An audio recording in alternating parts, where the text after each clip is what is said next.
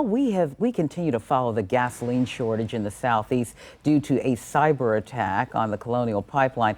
Gasoline stations all over the area now seem to be running out of fuel. Yeah, right now we're joined by oil analyst and expert Patrick Tahan, who is also known as the Gas Buddy. We know him on Twitter as the Gas Buddy. Well, Gas Buddy, we've been following your Twitter feed today, and you recently reported on the percentage of gasoline stations without gas, breaking it down by the state. Now, about 2 hours ago, you had Virginia at 44% and North Carolina at about 65%. What's the latest with that? Well, it looks like North Carolina's up a little bit to 68%. Virginia's almost at 50%, just under that at 49. So the numbers are going up, but it feels like they're going up a little slower than what we saw earlier today and yesterday. So, Patrick, with so many stations running out of gas so quickly, what amount of this is from the cyber attack itself, and what amount is from just panic buying? Well, looking at the backdrop of this, a lot of the areas in the Southeast where we're seeing 60 to 70% of fuel stations out, they actually still have gasoline at the rack where tanker trucks fill up. So a lot of this was probably made worse by the intense demand. In fact, Gas Buddy looked at demand in 5 states in the affected region, the Carolinas, Georgia, Virginia, and Florida, and found that on Monday it was up 40% compared to the prior Monday.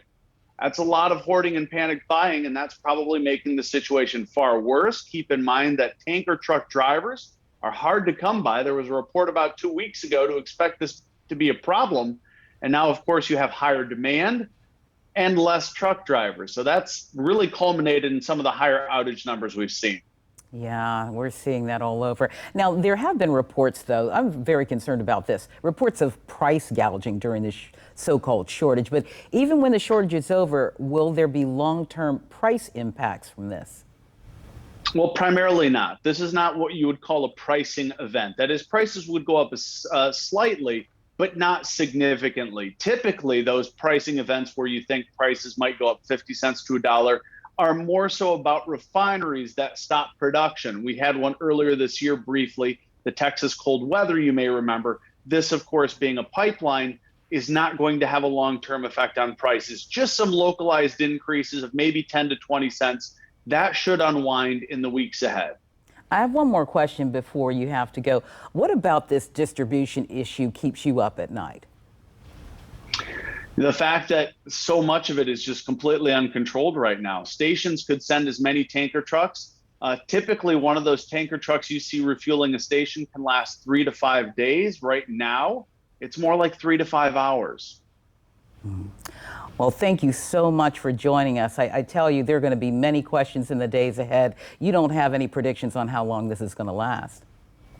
I think it would probably be a couple weeks until we see remarkable improvement.